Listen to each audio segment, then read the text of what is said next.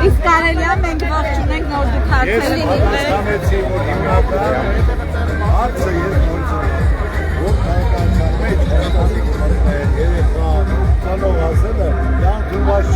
Ես եմ իմ կլասը չեմ գցելու երբեք, ոնց կամ այդպես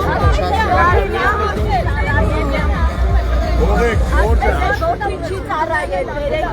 պելավիրը մտել ոտկա։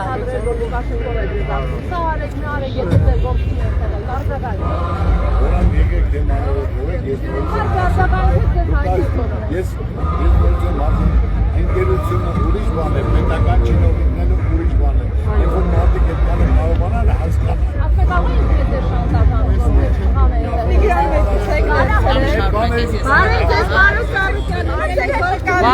Բարև ձեզ։ Երախտեի չասեք, էլի։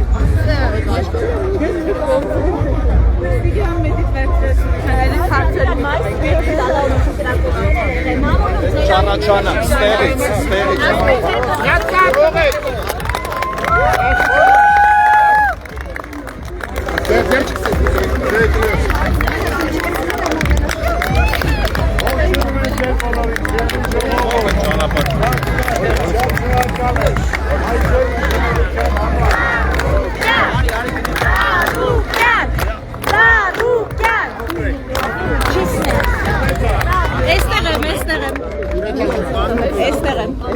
Ասա սկսենք գարշիկը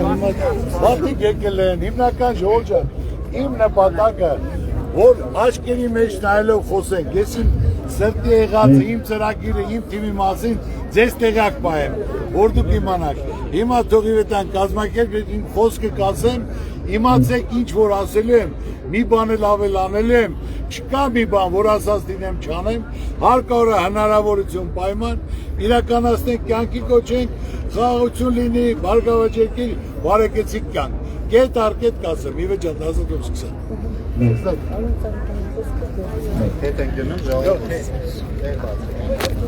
Բարև ձեզ սիրելի։ Մեկ։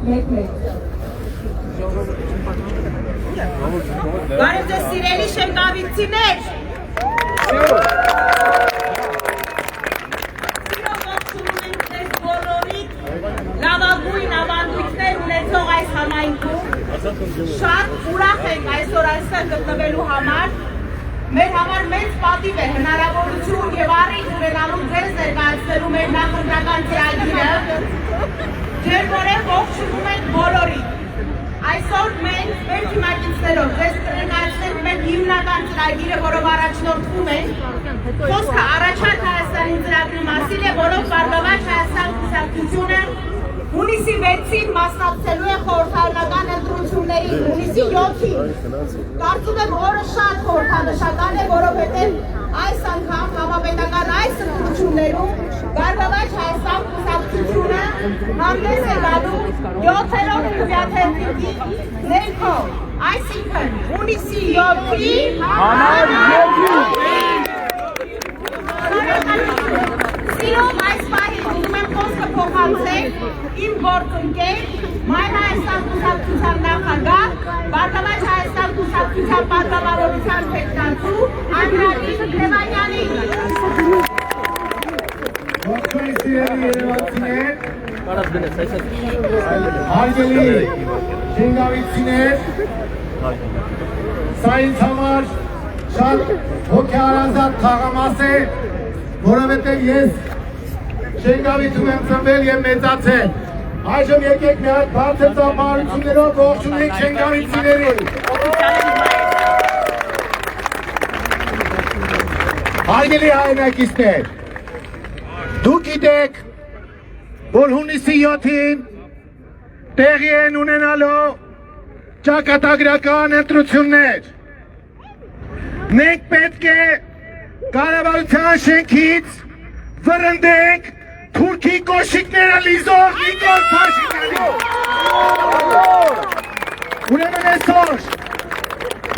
Ուրեմն այսօր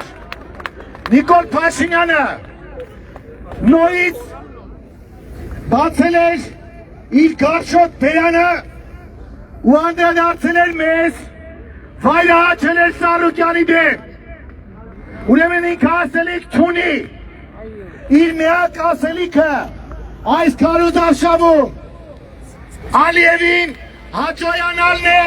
և Ալիևի կոշիկները լիզելը։ Մեզ այդպիսի ղեկավար պետք չէ, որը մեր թշնամու առաջ սողեսող է գնում, իսկ Հայաստանի քաղաքացիներին վիրավորանքով է դիմում։ Մենք պետք է այս թուրք-ադրբեջանական օրակարգով առաջնորդվող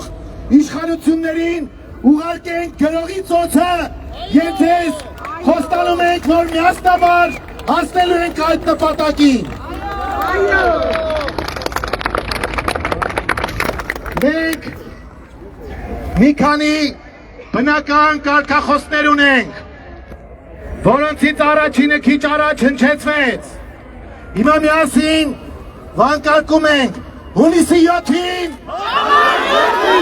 հունիսի 7-ին, քվեաթերթիկ,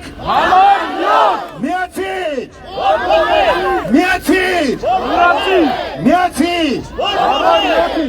պարոն Սարոկյան, խնդրեմ։ Հարգելի սիրելի շնորհավորներ, իսդ է ձեր բոլորին ողջունում եմ։ Ես եկել եմ այստեղ ձեզ նայելու, ձեր աչքերի մեջ նայելու և իմ խոսքը ասելու համար։ Ամենակարևորը սպասեք նա փոփոխությունների, որ բոլորդ էլ հարստանալու եք, բոլորդ էլ գործ եք ունենալու, բոլորդ էլ փոքր միջին բիզնես պետք է կազմակերպեք։ Դա ինչից եմ անկախ ամեն ինչից 27 թվականից, երբ բացվելու է Հիսուս Քրիստոսի արձանը, միլիոնավոր մարդիկ են գալու, միլիոնավոր տուրիստներ են գալու, որոնք գաստե գումար են ծախսելու, միլիարդներ են ծախսելու, միլիոնավոր մարդիկ գալու են,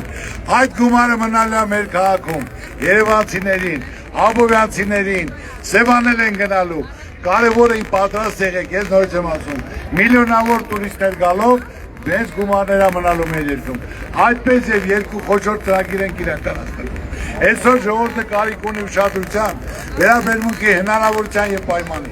Այսօր ժողովուրդը ամբողջ, ես ամբողջ օրը վարչական շրջաններում, գյուղերում ման եմ գալի, մարդիկ լիարժեք վարկերի տակ, պարտքերի տակ,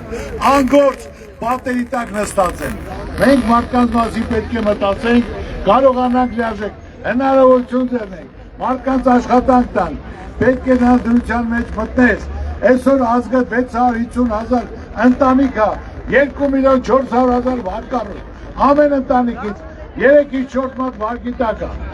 որ դա անպայման պետք է կարգավորի պետությունը քայլ պետք է կատարի, որ այդ մարդկանց ներում շնորհի մինչև 3 միլիոն դրամ։ Եթե պետական պարտքը այսօր դառնա 15 միլիարդ, ժողովուրդը դրանից խաբար չի, ժողովուրդը հիմնականում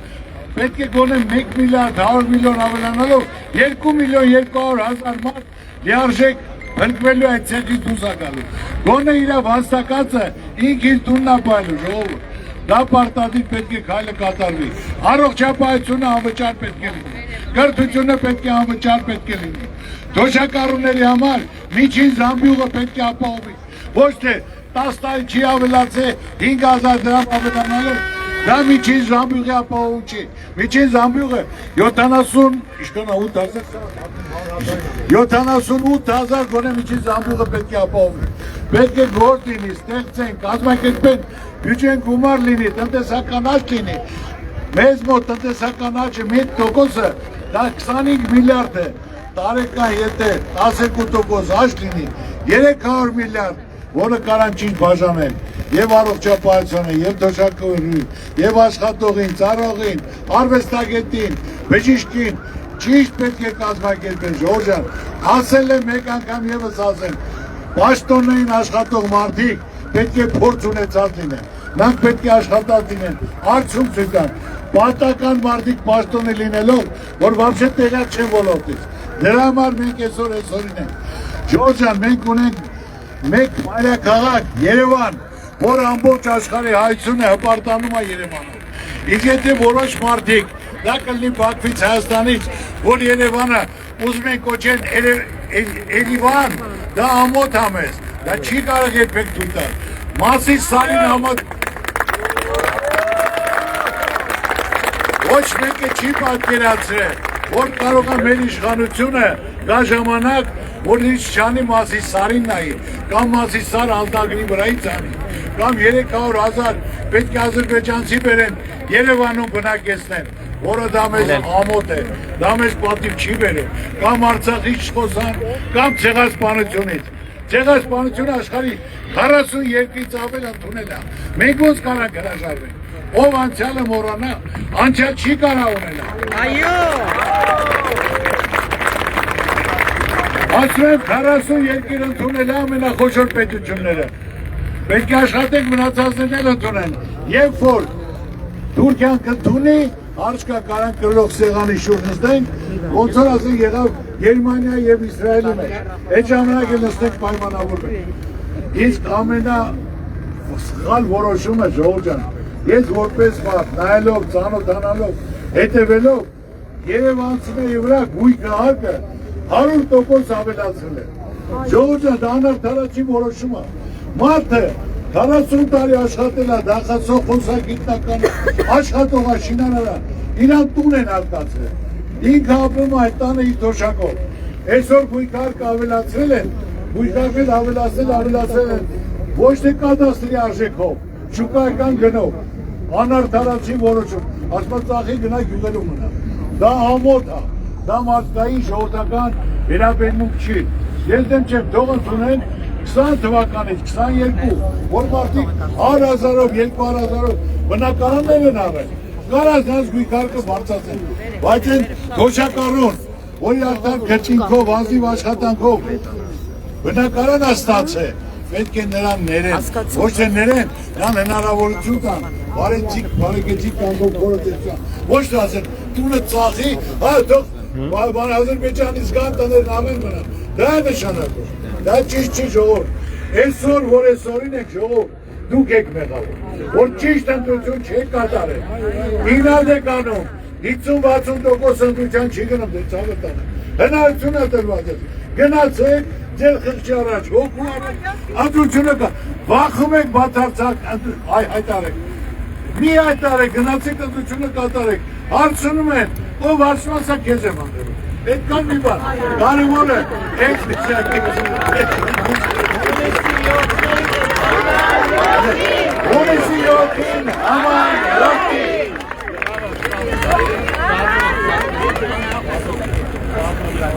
Միլեն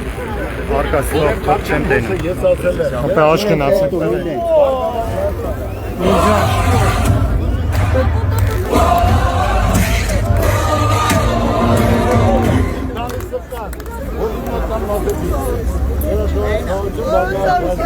Բայց հիմա զարգացիները համանալը, որը դուք բարգավաճ,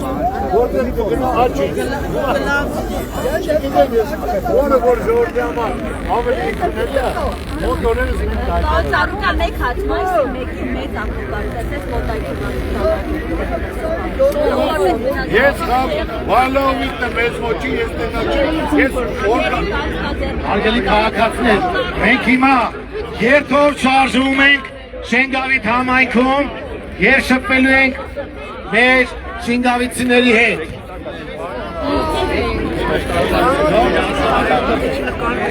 Խապի մեզի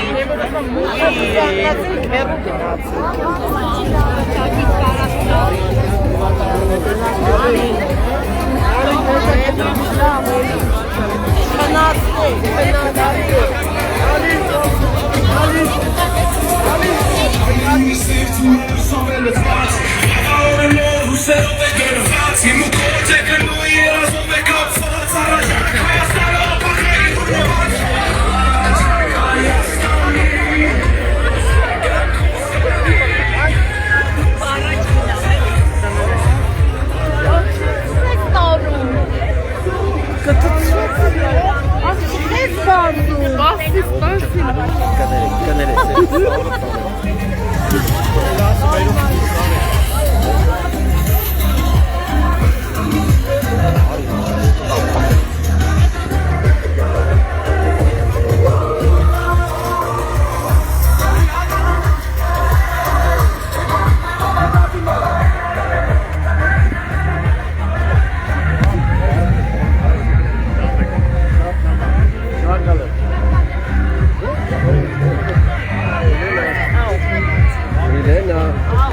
բեմն է։ Խնդրում եմ էլի հեռախոսներով, ինչքան կարա հեռու մեզանից։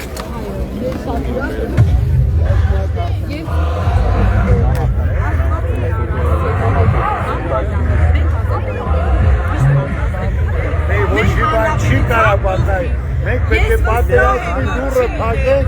մենք պետք է մեր քերջությունից դուրս մեջներս ուղենք, աշխարհը մեզ հարգի եւ մենք կարողանանք դա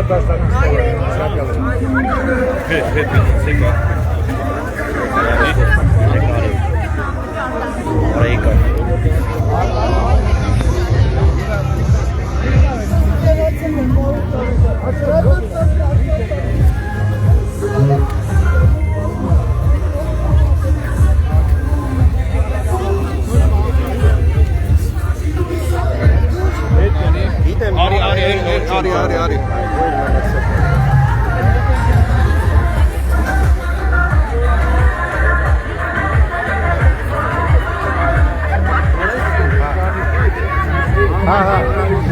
Առաջին է կրթության համար հարկավոր բոլորն է ծրագիրը